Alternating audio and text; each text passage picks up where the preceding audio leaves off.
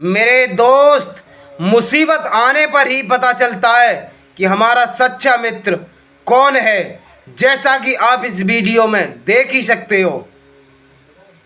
मेरे दोस्त, कभी भी अपनी ताकत पर घमंड नहीं करना चाहिए। देखिए इस वीडियो में, जो हमेशा शिकार करता था आज वो ही शिकार बन गया।